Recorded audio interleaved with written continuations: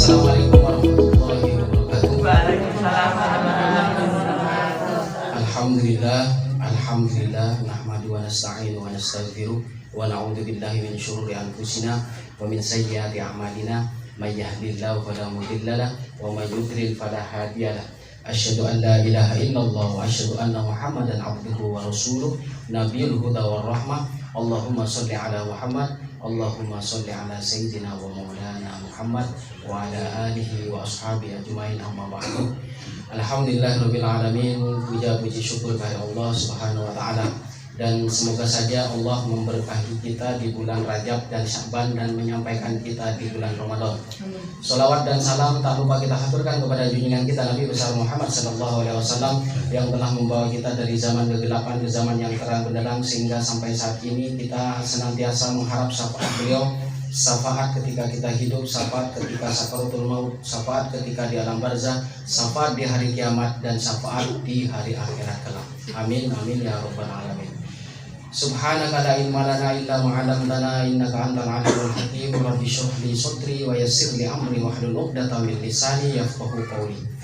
Alhamdulillah, pada malam hari ini kita akan melanjutkan kajian kitab Bulughul Maram min Adillatil Ahkam, yaitu kita masih di bab jami', jadi bab tentang suatu kelengkapan, tentang berkaitan tentang akhlak, tentang perbuatan yang baik. Untuk saat ini kita membahas bab tarhib min masawil akhlak atau min masawil akhlak. Jadi ini ancaman bagi orang-orang yang jelek akhlaknya atau sesuatu yang ditakuti dari kejelekan akhlak.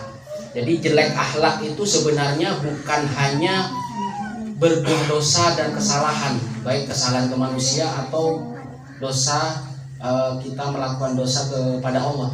Tapi memang efek dari kejelekan akhlak itu akan menyulitkan kita, bukan hanya dari sisi muamalah, bukan hanya dari sisi pergaulan, tapi sisi semuanya. Bisa karena usaha kita bisa terhambat karena kejelekan akhlak kita.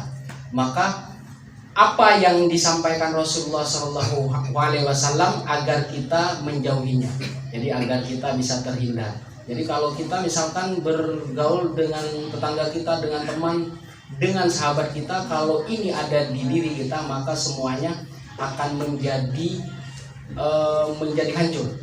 Atau misalkan peluang atau keberuntungan kita akan menjadi pupus gara-gara kejelekan akhlak ini. Maka Rasulullah SAW mengingatkan kita agar kita takut terhadap kejelekan akhlak ini.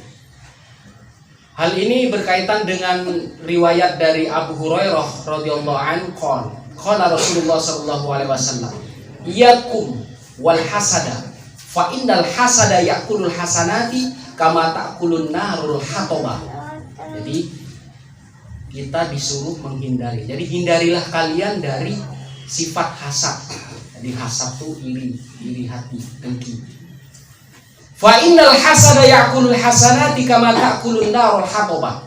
Ya ta'kulun narul hataba. Jadi karena sesungguhnya sifat hasad itu akan memakan kebaikan, akan menghancurkan kebaikan, seperti api yang membakar kayu bakar.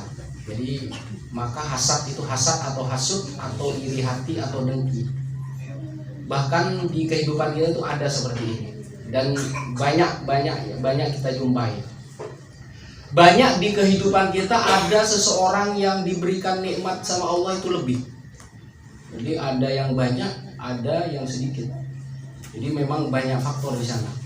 Maka memang kalau di kitab hikmah itu ada namanya likulli dzi nikmatin mahsud.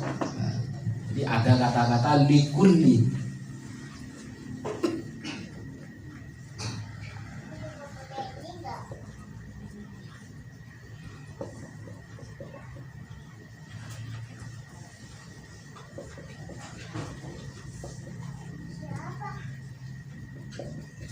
Maksud ini adalah hasad. Bagi orang yang mempunyai nikmat, pasti ada orang yang iri. Ya, jadi kalau kita diberikan Allah memberikan kita kenikmatan lebih, maka apa? Jangan sering pamer. Jangan sering pamer. Karena apa? Likulli nikmatin masuk. Jadi setiap kelebihan nikmat, atau kita misalkan lebih punya dibanding teman kita, lebih punya dari saudara kita atau yang lainnya, maka setiap kenikmatan pasti ada yang gak suka kita. Jadi bagaimana menyikapi itu? Maka diharapkan yang pertama ya jangan sombong. Jadi jangan sombong, jangan pamer. Jadi apa adanya saja. Jadi karena sesungguhnya kenikmatan apa yang kita capai, mungkin kita karena kerja keras kita mendapatkan banyak keuntungan.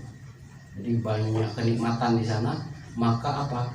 Kebaikan itu yang harus kita bagi kepada yang lainnya. Mungkin mereka iri karena mereka lebih tidak punya dibanding kita. Maka untuk bisa menghindari ini, kita harus yang pertama itu yaitu harus memberi, harus ya bersedekah, berinfak atau lainnya. Yang penting kebaikan-kebaikan yang ada di dalam pergaulan, entah itu bersama teman kita, sahabat atau lainnya. Nah, karena ini sebenarnya sifatnya umum, hasad. Jadi dia berlaku ke siapa saja. Fa'inal hasad ya'kulul hasanat. Jadi hasad itu rasa iri hati, dengki, hasud itu bisa memakan kebaikan kita. Jadi kalau orang hasad tuh nggak ada kebaikannya, pasti dia akan memikirkan orang yang dia iri.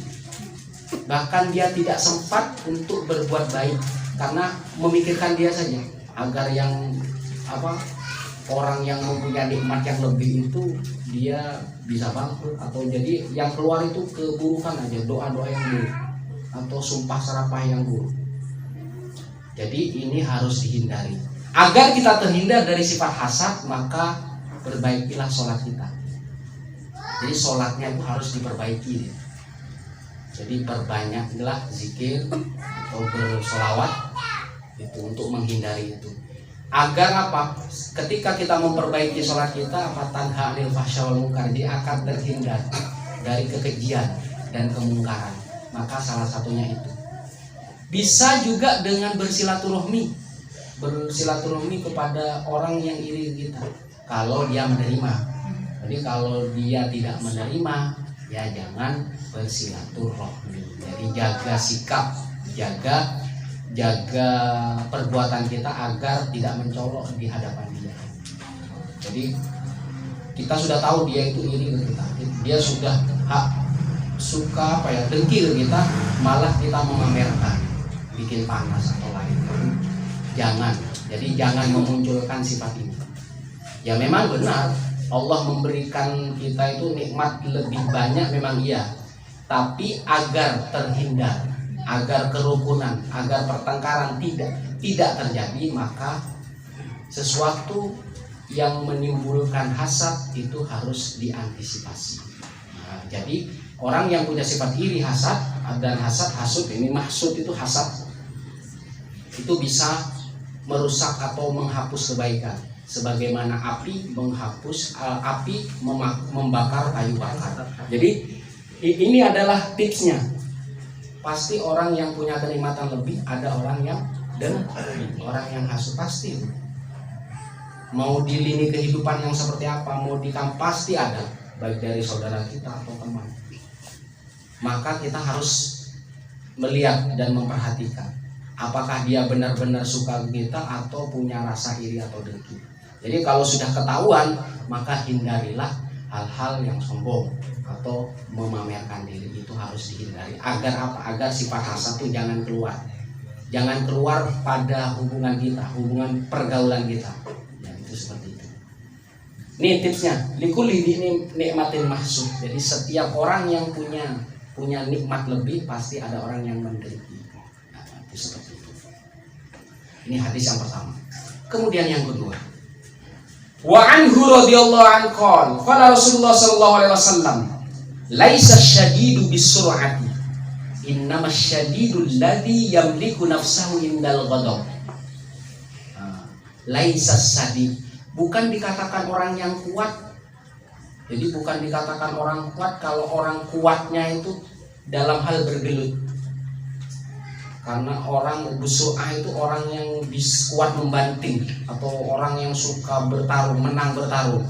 Innamasyadidul ladzi yamliku nafsahu indal ghadab. Tetapi orang yang kuat itu adalah Orang yang bisa mengendalikan nafsu marahnya. Jadi mengendalikan dirinya agar dia tidak marah. Godop itu artinya marah. Tapi kata marah itu dalam bahasa Arab itu selain marah itu apa? Amarah ya biasanya.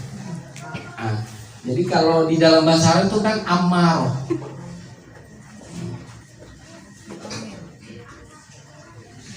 Amaroh. Jadi kenapa di sini dicantumkan godop, bukan amaroh? Godop itu marah. Jadi amarah itu berasal dari kata bahasa Arab ini. Amaroh itu bukan artinya marah sebenarnya. Yang tidak bagus adalah amaroh bisu. Amaroh itu artinya al-kathirul amri, orang yang banyak nyuruh tetapi nyuruhnya nyuruh yang baik. Jadi kalau ada seorang ibu bapak marah-marah ke anaknya, kamu ini main terus, akhirnya kamu lupa sholat, marah dengan nada yang tinggi. Itu apa dikatakan orang yang mengendalikan nafsu amarahnya? Bukan. Karena amarahnya ke yang baik. Amaroh bil khair itu bagus. Yang gak bagus adalah amaroh bisu. Jadi amaroh itu artinya suatu hal yang disuruh, yang banyak menyuruh, tetapi menyuruhnya ke arah kebaikan, bukan keburukan. Jadi di sini indal godok bukan indal amaroh, karena amaroh itu bisa positif dan bisa negatif. Jadi ini godok, ini di sini ada artinya godok itu al muradu bisyiddati huna al quwwatul ma'nawiyah wa hiya mujahadatun nafsi wa imsakuha inda syarri. Jadi maksudnya dia nahan dari sesuatu yang buruk. Jadi kalau dia marah akhirnya membanting kaca atau membanting piring, itu kan yang tidak boleh.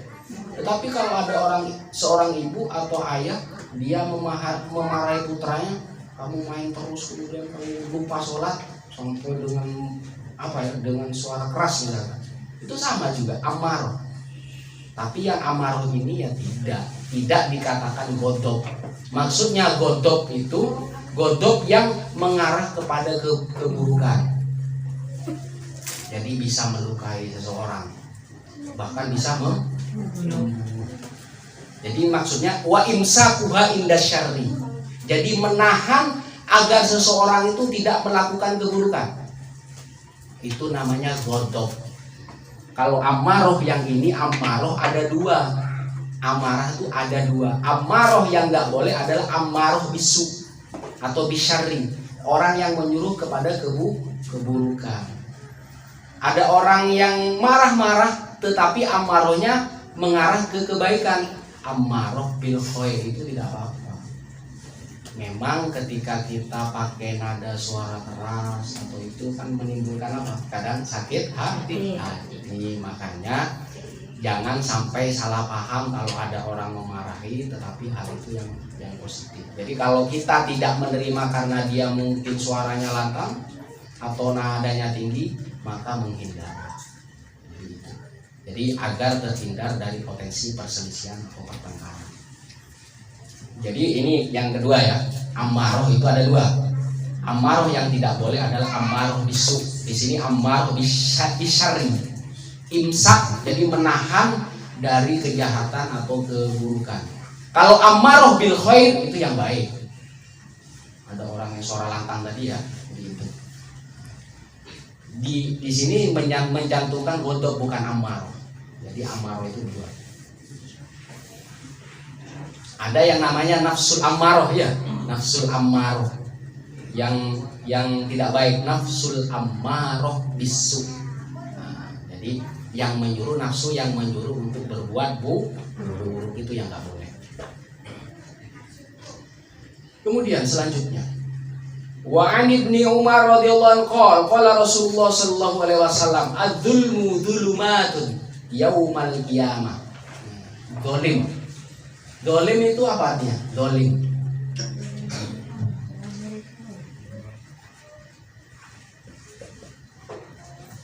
Dolim itu orang yang dolim itu orang yang tidak menempatkan sesuatu pada tempatnya, ya. Tapi arti sesungguhnya orang yang melakukan dolim itu sudah pasti dia gelap. Nah. Dulmun itu artinya udah gelap. Arti sesungguhnya dulmun itu artinya udah gelap. Jadi orang yang sekali zolim itu sudah dari pertama sudah gelap nih. Jadi zolim, dulmun. Az-zulmu dulumatun yaumal qiyamah. Jadi dolim, kedoliman itu adalah kegelapan-kegelapan pada hari kiamat. Jangan menunggu di hari kiamat kelak. Kalau orang melakukan kedoliman pasti akan gelap. Di sini di dunia ini pasti akan gelap. Pasti sudah. Pasti dia yang akan timbul apa? Ketidaktenangan. Karena dia melanggar hak dan kewajiban seseorang. Jadi yang namanya dolim itu arti sesungguhnya zulmun itu artinya gelap. Jadi az-zulmu dzulumat yaumal qiyamah. Jadi kedoliman itu adalah kegelapan pada hari kiamat. Jadi kalau orang terbebas dari kegelapan dunia pasti dia akan ditagih entar pada hari kiamat. Jadi arti atau makna zulmun itu gelap. Wa an Jabir radhiyallahu anhu qala Rasulullah sallallahu alaihi wasallam ittaquz zulma fa inna zulma dzulumatun yaumal qiyamati wattaqus syuhha fa innahu ahlaka man kana qablakum. Ada namanya, kalau kikir apa kikir? Bakhil ya.